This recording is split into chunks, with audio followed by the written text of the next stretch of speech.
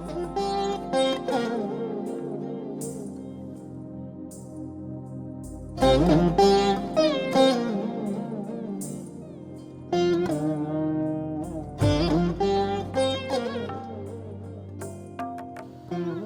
evening and good morning in different parts of the world. It's been a long time since we all met. Very warm welcome to all of you. Today, actually, audience and all our Sayatsara supporters, especially on the occasion of, World Day for Cultural Diversity, for Dialogue and Development, which is celebrated today, May 21st, by the United Nations. And, here at Sayatsaras, we've celebrated this as the Cross Culture Concerts and Recitals Day. Thanks to Mayor Mashburn from the city of Simi Valley for giving us this proclamation last year. And, last year we had a lot of our cross culture artists who were a part of this celebration. And this time as well, we are featuring many different artists from around the world to commemorate this day. And today we actually have a very, very special guest all the way from India. And for the first time, sort of in this cross-cultural space, we have a visual artist on our platform. A very warm welcome to Meenakshi Devaraj from Chennai, India. Meenakshi is an IT professional who's also turned into a homegrown historian due to her love for the interest in Indian culture, Tamil literature, which is the language spoken in the south of India in Tamil Nadu, inscriptions and local history. Meenakshi has given several presentations and written many, many research articles on the history of temples, food, clothing, architecture, jewelry, beautification, festivals, and several other local practices of Tamil Nadu in India.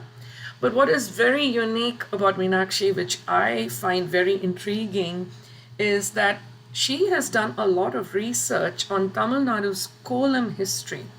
Kolam, which is basically the symmetrical patterns, artwork, that's drawn in India in households during festivals, and we'll talk about that in just a little bit.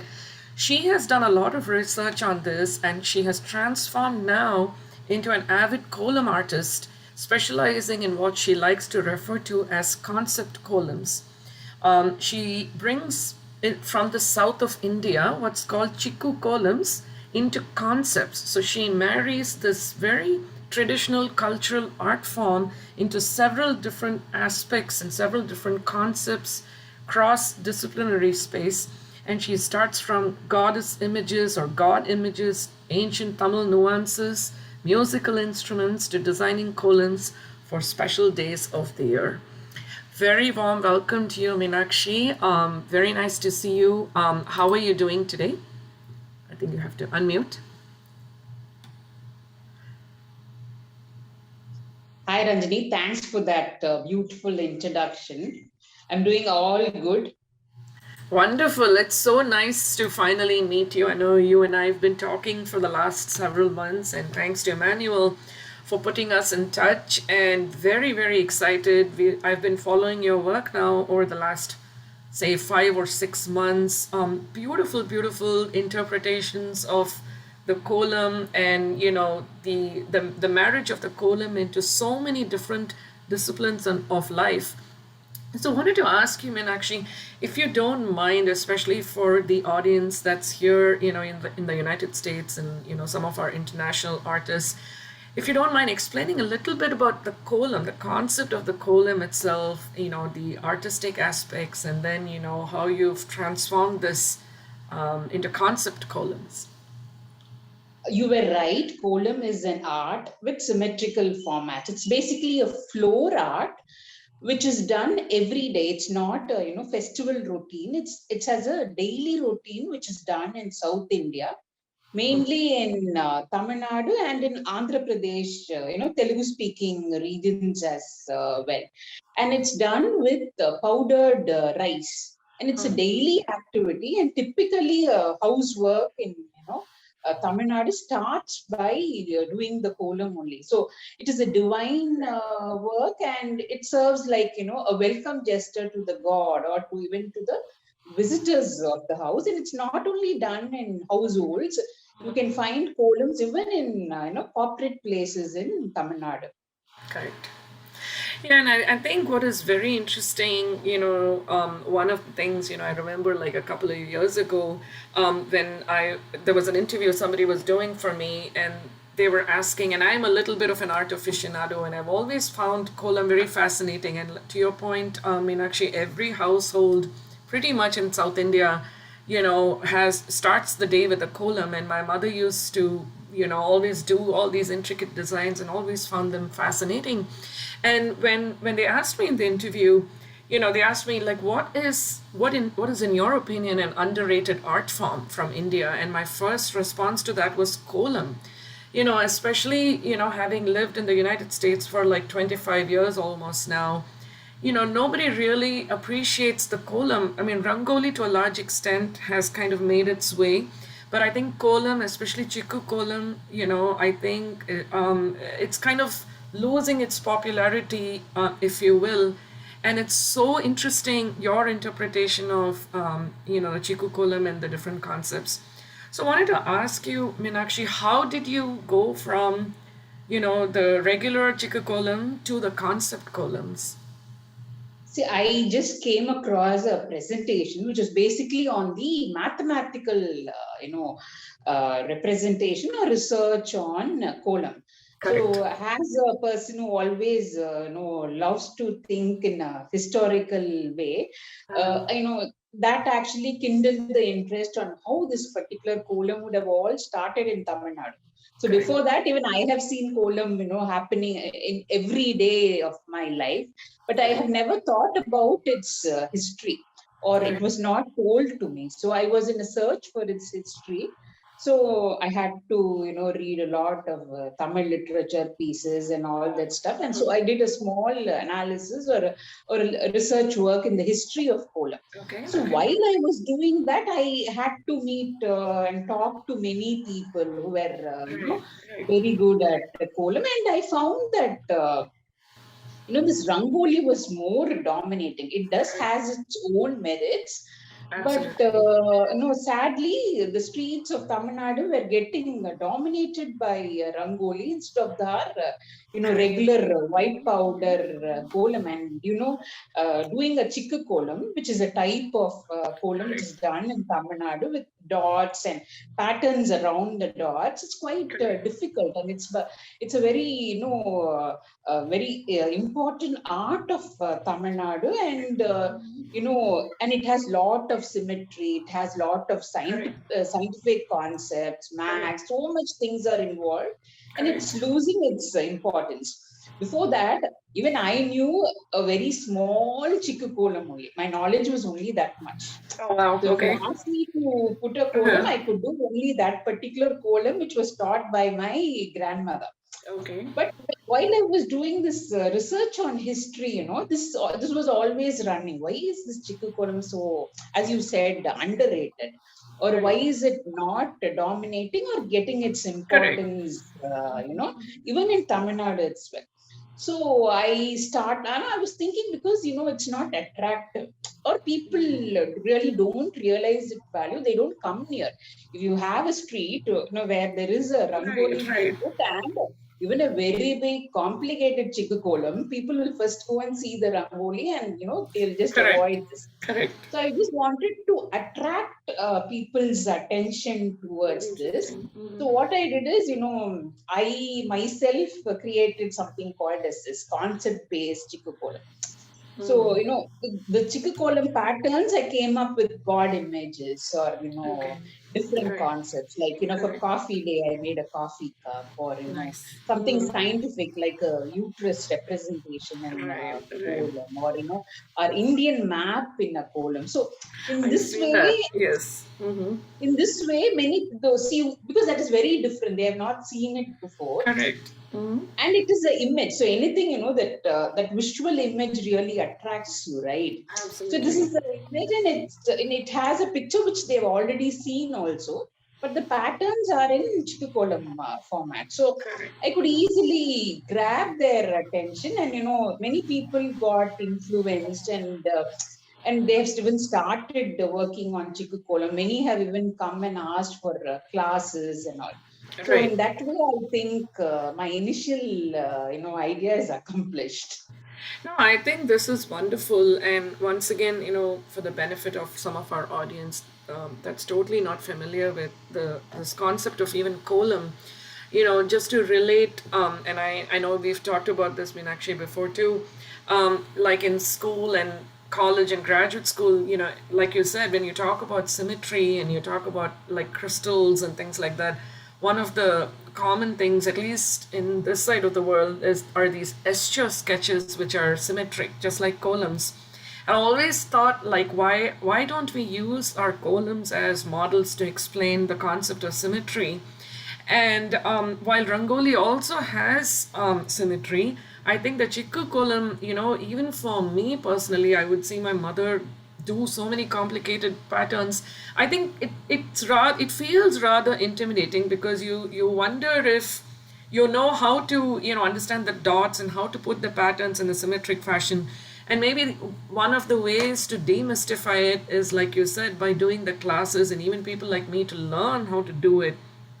And I love the idea of you bringing the concept of the Chiku column to something as diverse as, like, the uterus, where you said you were bringing about awareness about a particular cause, or, the map of India. I think some of your interpretations of column and all these social causes is very interesting.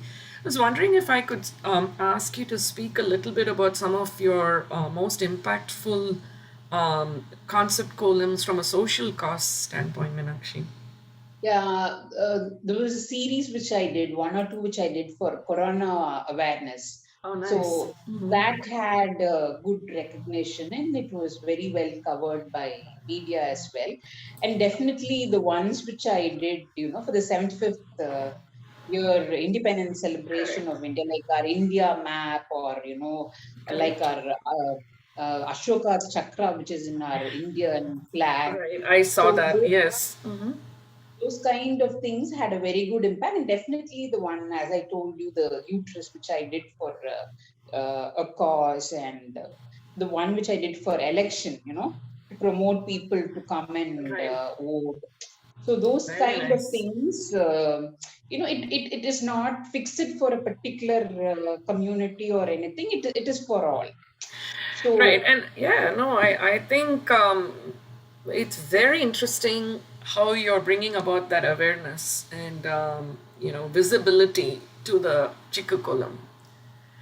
And actually, I know we're saying all this, and an audience is probably waiting to see some of your columns. And I've made a little slideshow that we can, share with them right now, so they get an idea of what you've done.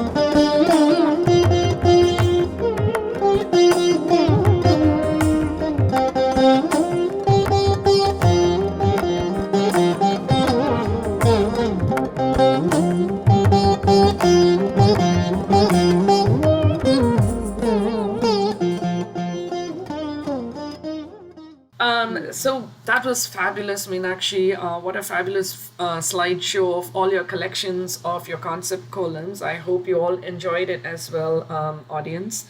I wanted to also now, sort of turn around and say that Meenakshi is, not just a concept Chiku kolam artist. She is a historian, and she's a published, historian, artist in many, many different spaces, specifically Tamil literature and a lot of different like epics and stories that she uses, that she interprets through the kolam, and also her own historical research on some of these. And I was wondering, Meenakshi, being this is like, World Day for Cultural Diversity, I was wondering, is there something you could comment about your works, whether it's from the concept of kolam or some of the research that you've done that you've published, so that you think can kind of extend in the sort of the cultural space beyond, say Tamil Nadu or beyond India? Is there something that you might be able to comment Yes, on? immediately when you were talking, I could think about